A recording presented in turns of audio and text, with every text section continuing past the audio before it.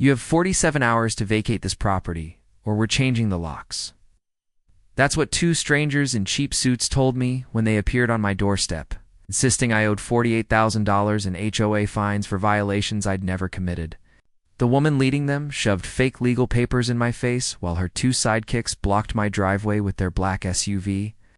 Its engine rumbling, diesel smoke curling into the crisp Colorado autumn air. My name is Ethan Cross, retired Navy SEAL. 19 years in special operations. For 7 quiet months, I'd been renovating my uncle's old ranch house in Pinewood Springs. But the second I held that flimsy, freshly printed seizure notice, every instinct I'd honed hunting terrorists lit up like a siren. The toner's smell was still fresh. The badges looked like something from a Halloween aisle, and the woman's hands were shaking. They picked the wrong house. I had no idea what storm they had just walked into. Tell me, what would you do if strangers tried to steal your home with fake documents? Drop a comment and let me know where you're watching from. I bet your HOA has its own nightmare stories. But let me rewind and show you how this mess began. I'm Ethan Cross. I'm 44 years old, a retired SEAL with nearly 2 decades in the field. An IED in Afghanistan left me with a limp and a medical discharge, but my mind stayed sharp as steel. 7 months ago, I inherited my Uncle Harris's modest ranch house here in Pinewood Springs. Colorado, a tiny town of about 3,100 people, where everyone knows everyone else's business. I came here for peace. After 20 years chasing bad, men in places most people couldn't even find on a map, I wanted quiet mornings with coffee on the porch, sawdust in the air from renovation projects, and neighbors who minded their own lives. I swapped rifle grips for hammer handles, and I was good with that trade. The house needed plenty of work. Rotten deck boards, cabinets untouched since the Carter years, a bathroom that looked like a crime scene, but it was mine. It's paid off free. In clear, no mortgage. Between my VA disability, savings, and time, I was ready to make it perfect. That's when she showed up, Claudia Harlow. A 51-year-old transplant from the Denver suburbs who crowned herself community standards enforcer. She drove a white BMW, parked it sideways, like she owned the road, wore beige blazers that screamed middle management, and carried a leather folder stuffed with self-printed complaint forms. Her personality? Parking meter with a superiority? Complex. Within my first week of renovations, I got slapped with my first violation notice. According to Claudia, replacing my rotted deck boards was unauthorized construction. She demanded $400 and threatened enforcement action if I didn't comply within 71 hours. By week 2, another notice arrived. My grass was 3.1 inches tall. The maximum allowed was 3.0. Another $400 fine. I actually measured with a ruler, just to make sure I wasn't losing my mind. Spoiler, the woman was certified. By week 6, she escalated again this time, claiming my Ford F-150 was a commercial vehicle and violated residential parking restrictions. It's a pickup truck, the same thing half of Colorado drives to work every morning. But in Claudia's twisted world, anything outside her suburban fantasy was a crime. Here's the kicker. Every notice came unofficial. Letterhead claiming authority from the Pinewood Springs HOA. Problem? I'd done my homework when I inherited the place. There was no HOA. None. No covenants, no fees. No authority. She was running a scam, and I wasn't the only target. My elderly neighbor, Mrs. Moreno, a sweet widow of a Korean War veteran, pulled me aside one evening, whispering like we were plotting a prison break. Ethan, she's been terrorizing folks for months. The Whitmans on Oak Street paid her $1,700 just to stop her from reporting their garden gnomes to the city. Her hands trembled as she spoke. This wasn't petty harassment anymore. A woman was preying on the vulnerable. Mrs. Moreno's fresh-baked cookies couldn't hide the fear in her voice. That's when it clicked. Claudia wasn't enforcing standards. She was hunting easy marks. My mailman, Lou, confirmed it a week later. Ethan, I've been on this route for 11 years. Never once delivered real HOA papers here. If there was an association, I'd know. That's when I knew. Claudia had made the biggest mistake of her scam career, targeting a man who'd spent his life dealing with people who thought they were above the law. 2 days later, she came back. And this time, she didn't come alone. I was fixing a broken window when I heard multiple car doors slam outside. Through the glass, I watched Claudia climb out of her BMW, beige blazer and all, trailed by 2 new faces. The first, a stocky guy in his 40s, soft around the middle, shirt wrinkled like he'd slept in it. The second, a lanky, jittery type who kept checking his phone like he expected a warrant any second. Both carried clipboards and wore plastic badges from some party store. The smell of cheap perfume mixed with diesel exhaust as Claudia marched to my porch, pounding on the door like she was serving an eviction. "Mr. Cross?" she barked. "Here with the HOA enforcement team. Your property is now under emergency management due to repeated violations." The stocky guy puffed out his chest. "Sir, you need to make an immediate $4,000 compliance deposit, or we'll initiate asset seizure within 47 hours. I leaned casually against the doorframe, calm as ever.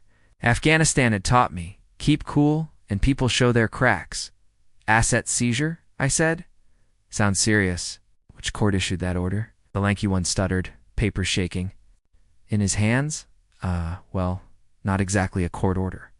More of a community action under HOA bylaws. Which bylaws would those be? I cut in. "Show me the recorded covenants for this neighborhood." Claudia's face turned red. "Don't you dare question legitimate authority. We have full standing here and your violations are hurting everyone's property values." That's when I decided to play. See, my old Navy buddy Grant became a real estate lawyer, and over beers. He taught me exactly how property covenants work, so I stepped closer, lowering my voice to the tone I'd once used on terrorists. "Ma'am, I spent 19 years following real authority in the most dangerous places on earth. I know exactly how it operates. So tell me which section of County Code requires pre-1979 homes to have vinyl siding." Silence. The 2 men looked at each other like school kids, caught cheating on a test. The smell of nervous sweat mixed awkwardly with Claudia's perfume, creating a scene so ridiculous it was almost funny. "I'm not here to debate technicalities." Claudia snapped, her tone sharp and impatient. "Either you pay the compliance deposit now, or we change the locks tomorrow morning." "With what authority?" I asked calmly, pulling out my phone. "Mind me recording this conversation for my records?" The effect was immediate, tanned, beautiful.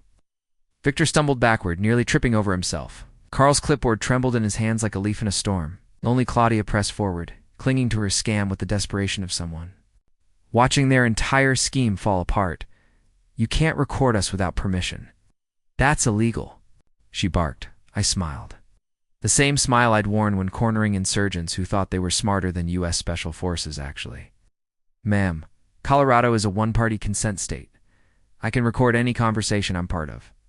Their confidence drained instantly. They left soon after, muttering curses and tossing empty threats over their shoulders. But I wasn't done. Military intelligence training doesn't just disappear when you change careers. I photographed their license plates, traced their registrations, and uncovered something telling. Carl worked at the Kinko's Copy Center on Main Street, the same place where all their so-called official documents carried that familiar fresh toner smell. The real bombshell came later. Lou, my mail carrier, stopped by during his route. "Ethan, I did some checking like you asked.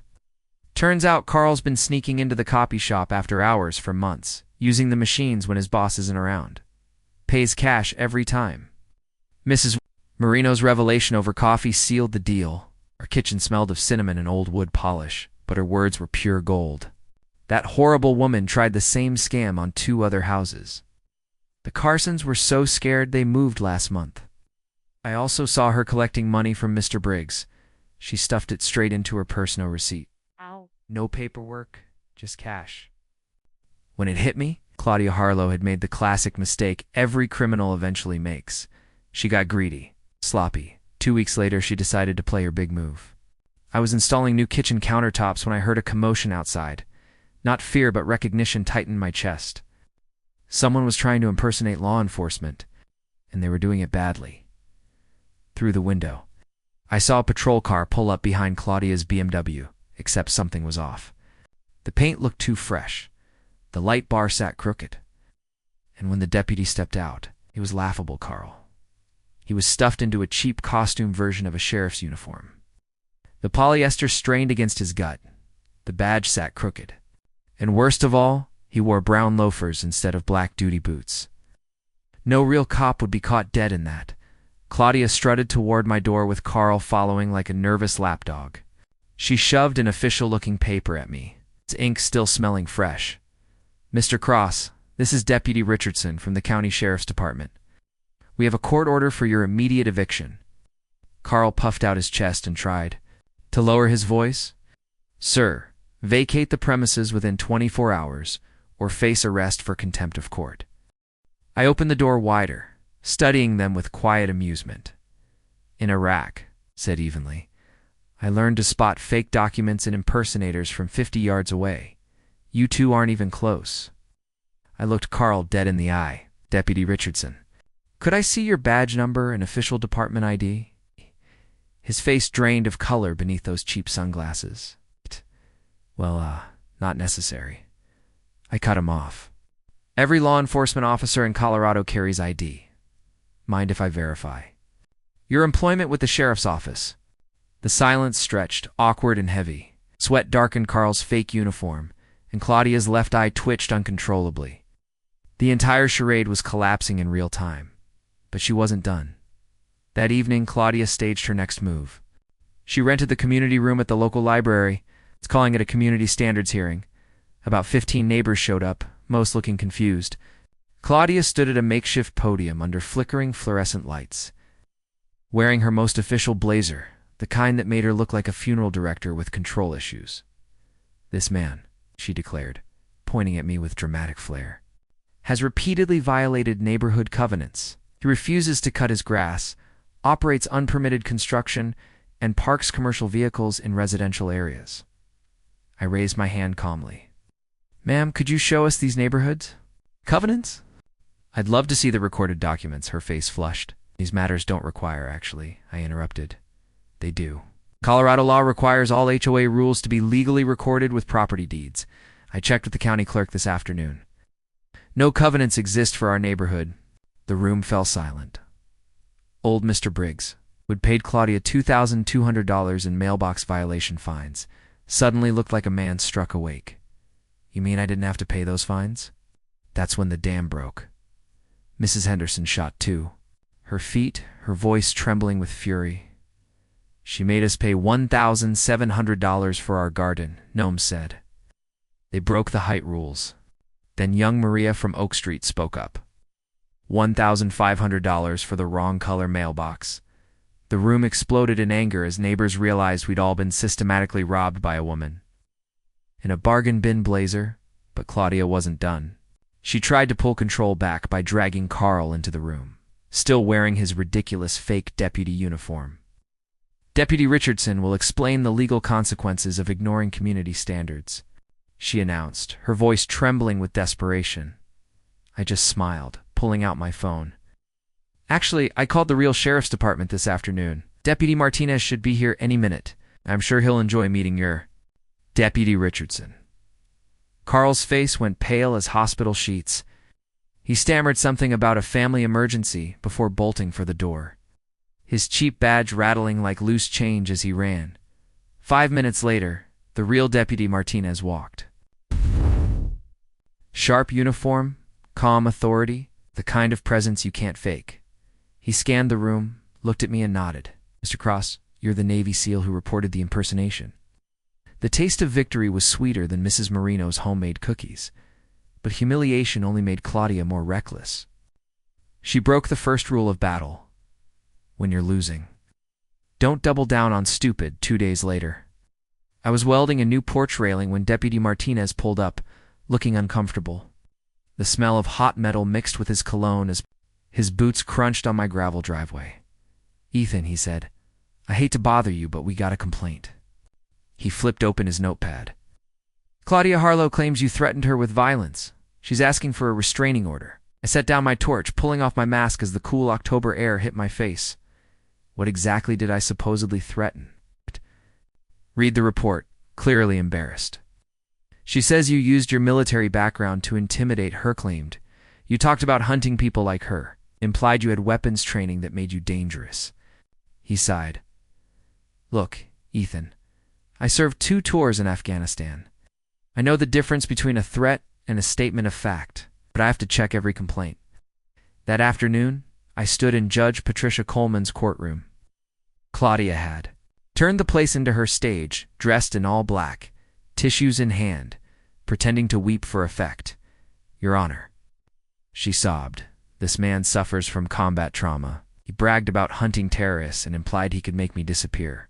I fear for my life and the lives of every family in our neighborhood. Judge Coleman, a 22-year veteran on the bench, looked at Claudia like she'd just stepped in something unpleasant. Ms. Harlow, do you have any evidence of these threats? Recordings? Witnesses? Written proof? Claudia's hands fluttered. Like nervous birds? Well, not exactly evidence per se, but the implied threats. I'll take that as a no. The judge cut her off. Then she turned to me. Mr. Cross, would you like to respond? I stood, keeping my tone calm. Years in military tribunals had taught me judges respect brevity and facts. Your Honor, I've never threatened Miss Harlow or anyone else. I only told her I knew the difference between real authority and people pretending to be it. Helps, I have a recording. I pressed play. The courtroom filled with Claudia's voice as she barked at angry neighbors, then Carl's panicked retreat when I revealed the real deputy was coming. Judge Coleman's eyebrows rose higher with every word. When the recording ended, she looked at Claudia like she'd just unearthed a snake in her flower bed. Miss Harlow, this recording shows you've been collecting money under false pretenses and employing someone to impersonate law enforcement. Do you realize those are serious crimes? The courtroom went silent. You could hear Claudia's shaky breathing echo against the walls. Your restraining order is denied, the judge ruled. And I'll be forwarding this evidence to the district attorney for review. Mr. Cross, thank you for your service. I'm sorry your time was wasted here today, but Claudia wasn't finished. Her desperation only dragged her deeper.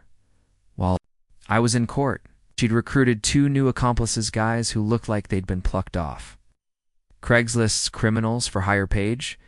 They showed up at my house while I was gone, pretending to be property inspectors. They questioned Mrs. Moreno, snooped around my renovations, and tried to peer into my windows. What they didn't know? My Uncle Harris, paranoid as ever had, installed a security system that would make Fort Knox jealous. Cameras everywhere, audio, night vision, high definition, that night. Reviewing the footage, I watched those clowns case my property, whispering about which violations to fabricate, and in that moment, I realized Claudia had crossed from petty fraud into criminal conspiracy. She had no clue that breaking into a veteran's home was about as smart as poking a sleeping grizzly. That night, couldn't sleep. My instincts screamed this wasn't just neighborhood drama anymore. Something much bigger was hiding under the surface. So, I did what any intelligence officer would do when the puzzle pieces didn't fit, went digging the next morning. I was first in line at the county records office, clutching a thermos of black coffee. Beverly, the cheerful clerk who'd been there for decades, greeted me warmly. What can I help you find today, hun? I need to check for liens filed against properties in Pinewood Springs over the last year, I said, sliding my papers. Across the counter, her fingers flew over the keyboard. Then her eyes went wide. Oh my, this is highly unusual. There are 22 properties with liens, all filed by the same source. My blood turned cold. Claudia hadn't just been scamming. Find she was filing fraudulent liens on people's homes. Each one claimed thousands in fees and violations. And as Beverly scrolled further, I realized this wasn't just petty corruption anymore. This was something much darker. These liens were all connected to a company called Pinewood Property Solutions. The records showed they've been buying up distressed homes at tax sales and foreclosure auctions. I stared at the computer screen, my instincts kicking in, connecting dots into a picture darker than I'd feared. Beverly, who owns Pinewood Property Solutions, I asked. Her fingers flew across the keyboard, digging into corporate filings. Then she froze.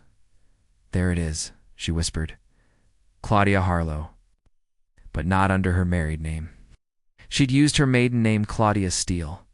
The company had been registered just 6 months ago, right when she launched her fake HOA campaign. The realization hit me like a freight train. This wasn't harassment.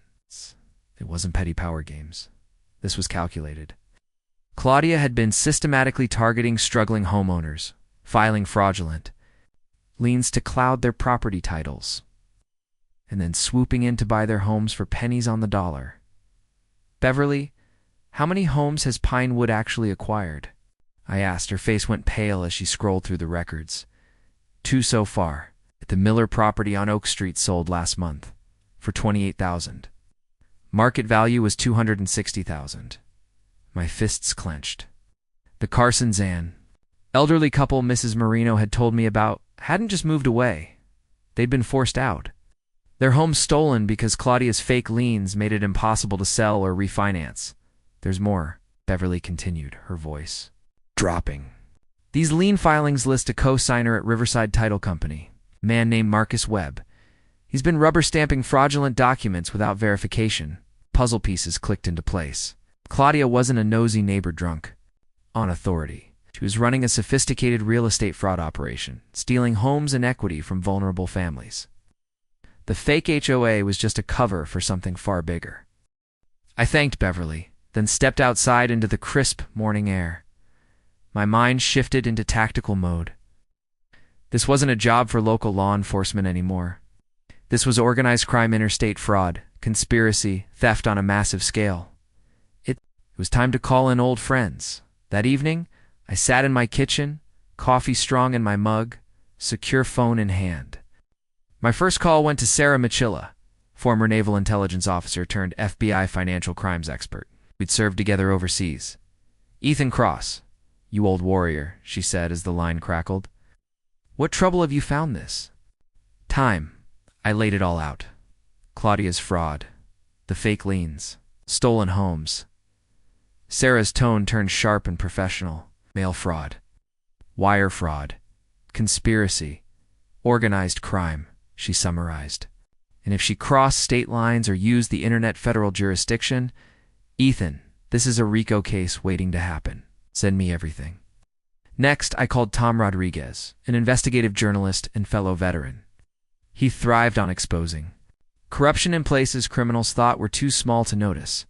A fake HOA running real estate scams? His excitement was clear. Ethan, this is front-page material. How many victims? At least 22 properties touched. To families already forced out, I replied. Meanwhile, Mrs. Marino had turned her living room into a command center. Maps, folders, testimonies all laid out with military precision. The smell of green tea lingered as she read her notes aloud. Mr. Briggs documented every notice. The Santos family has receipts. Even the Whitman's so-called garden gnome. Violations are photographed and dated. Our mail carrier quietly collected intel during his routes. He mapped which homes got fake notices. The pattern was chilling. First the elderly, then newcomers unfamiliar with the neighborhood. Predators always target the vulnerable first. Deputy Martinez, bound by official limits, stopped by my workshop off duty. The smell of oil and sawdust filled the air as he leaned in. If your FBI contact opens a case, Ethan, every agency in the state will take this seriously, he said quietly. Tom later dug into Claudia's past. She had a history scams in Arizona and New Mexico, always targeting communities with little access to legal help, always slipping away before victims could fight back. My old Army buddy Grant, now a real estate attorney, joined via video call. His legal analysis was clear. Multiple federal crimes per fraudulent lien. The beauty of federal jurisdiction, Grant explained, is she can't hide. Change your name, move states, it doesn't matter. I'll follow the money trail. Anywhere. By the end of the week, we had overwhelming force. Federal agents, journalists, victims, local allies all aligned. Claudia still thought she was facing one grumpy veteran. She had no idea she'd awakened a storm. But But predators lash out when cornered, and Claudia was no different. Her desperation showed. The first move came by certified mail a lawsuit accusing me of damaging her, MW, during our library encounter. The claims were laughable. False witness statements, doctored photos, wild accusations of military intimidation. Pure fantasy, but dangerous fantasy, because desperate people don't fight fair. They fight dirty. And Claudia Harlow was about to learn that when you pick a fight with a Navy SEAL, you don't just face me, you face the full weight of American justice. She was demanding $15,000 in damages, plus attorney fees, clearly hoping I'd cave rather than endure a drawn-out legal fight. But Claudia's real desperation revealed itself in her next move. Just 2 days later, 6 in the morning, Mrs. Moreno called me, her voice trembling with both fear and outrage. "Ethan, someone vandalized Mr. Briggs's mailbox last night. They spray-painted the word snitch across it in red and left a threatening note inside." I rushed over. Mr. Briggs stood in his driveway staring hollow-eyed at the damage as if the safety of his own neighborhood had been ripped away. The paint was still wet, the chemical sting sharp in the air. His elderly hands shook as he handed me the note. "They came around midnight," he whispered. I heard car doors slam, but when I looked outside, they were gone. "The note says if I talk to reporters or government people again, next time it won't just be the mailbox." It didn't stop there. The same week, the Santos family found their car tires slashed with move-away scratched deep into the paint. The Whitmans discovered their beloved garden gnome jays, the very ones Claudia had found them smashed into pieces and scattered like cruel confetti across their yard. But Claudia underestimated one thing: the network I'd been quietly building while she was busy with her amateur intimidation games. Federal investigator Sarah Mitchell had been uncovering something far bigger. "Ethan," she told me during a secure call, "your neighborhood enemies have been busy.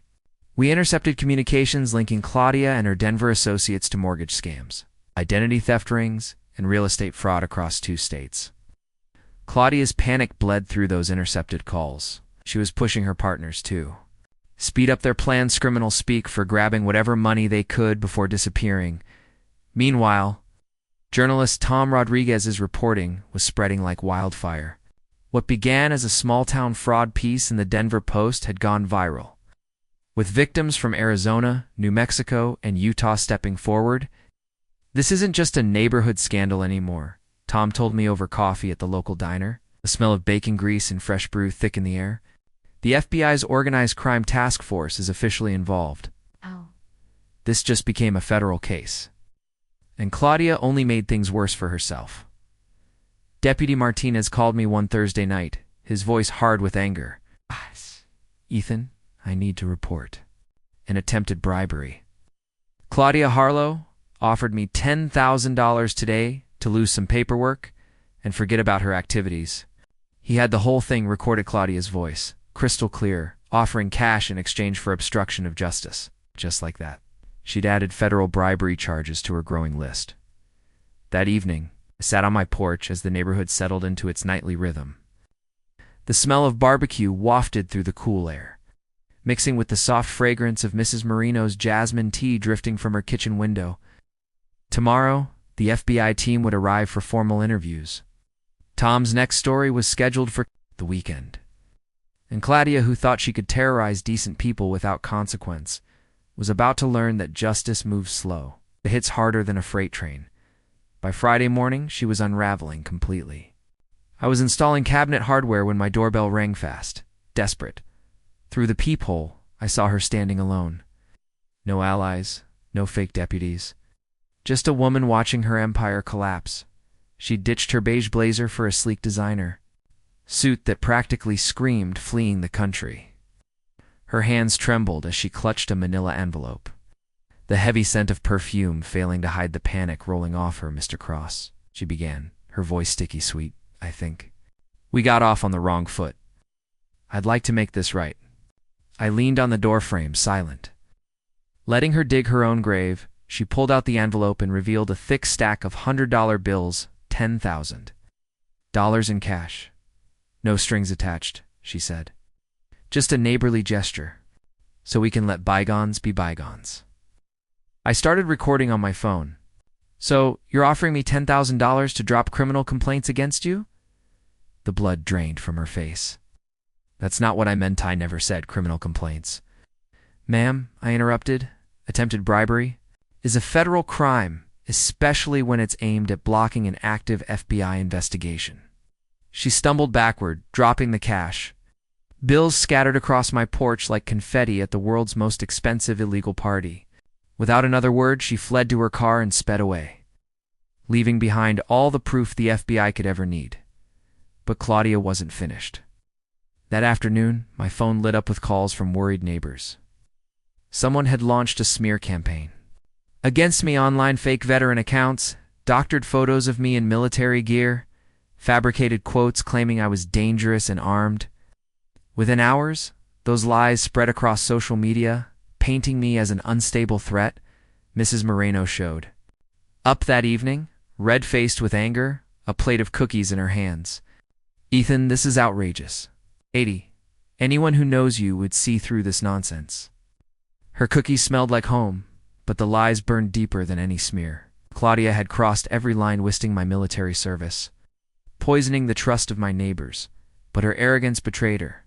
The fake posts included classified military details no civilian could have known. When Sarah Mitchell reviewed them, her tone turned lethal. Ethan, whoever made these, had access to secure databases. That means either she has inside help or she committed federal cybercrimes. Forensics traced the accounts back to computers in Denver, directly tying them to Claudia's criminal network. What she intended as character assassination had instead handed investigators ironclad evidence of identity theft, cybercrime, and federal record tampering. Claudia's empire wasn't just crumbling, it was burning to ash, the weekend headline. From journalist Tom Rodriguez read, "Local real estate fraud expands into federal cybercrime case." The article revealed how what started as a small neighborhood dispute had uncovered a multi-state criminal network that cheated hundreds of families out of millions in property value. That Sunday evening, Sarah called with news that made my coffee taste sweeter than Mrs. Marino's cookies. Federal arrest warrants have been issued. We move tomorrow morning. Get ready for fireworks, Ethan. After 20 years of military service, I knew the sound of incoming justice. It carried the same weight as artillery support, loud, powerful. An unstoppable Monday morning arrived with crisp mountain air and the promise of long overdue justice. Claudia had called an emergency town hall meeting at the Pinewood Springs Community Center, framing it as a public safety forum about dangerous veteran behavior in the neighborhood. She invited local media, county officials, and anyone who would listen to her final act. What she didn't know was that FBI agents, Sarah Mitchell and James Torres, had already arrived the night before, joined by Tom Rodriguez and a Channel 9 News crew. By 9 a.m., the parking lot looked like a federal operational marked vehicle strategically positioned around the building inside. The tension was thick enough to slice with a combat knife.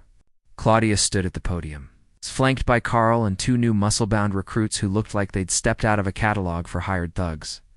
Wearing her most expensive suit, she carried herself with desperate confidence, like someone betting everything on their last hand of cards. Nearly 199 residents filled the folding chairs. Their voices formed a low murmur, the kind of uneasy quiet I'd heard before artillery strikes.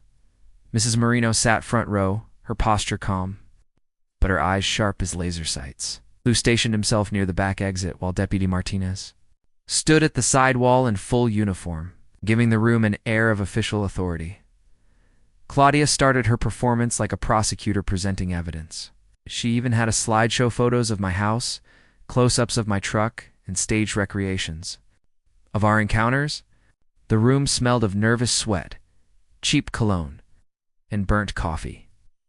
"Ladies and gentlemen," she announced, her voice overly steady, "we're here today because a dangerous man has been terrorizing our peaceful community. He's used his military training to intimidate neighbors, threatened violence, and created an atmosphere of fear that endangers our property values and our children's safety." She clicked through her slides, each claim more ridiculous than the last. renovation. Work labeled as illegal construction. Lawn photos with tape measures claiming violations. Even a picture of my American flag twisted into so-called evidence of militant behavior. Her voice grew sharper as she continued. Military veterans with combat trauma can become unpredictable. This man has referenced his training in killing. He's turned our neighborhood into a war zone. That was my cue. I rose slowly from my chair in the middle section. The room hushed as cameras turned to capture every step I took toward the front. My boots echoed on the linoleum floor with the measured rhythm I'd once used walking into interrogation rooms overseas.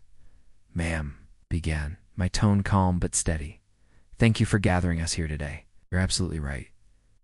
Do have a community problem, and you are that problem." I placed a thick manila folder on her podium. Claudia's face drained of color as I spread out county records, bank statements, and federal investigation reports. "Neighbors, what you're looking at is proof that Claudia Harlow has been running a criminal enterprise to steal your homes. Fraudulent liens, fake HOA violations, cash fines.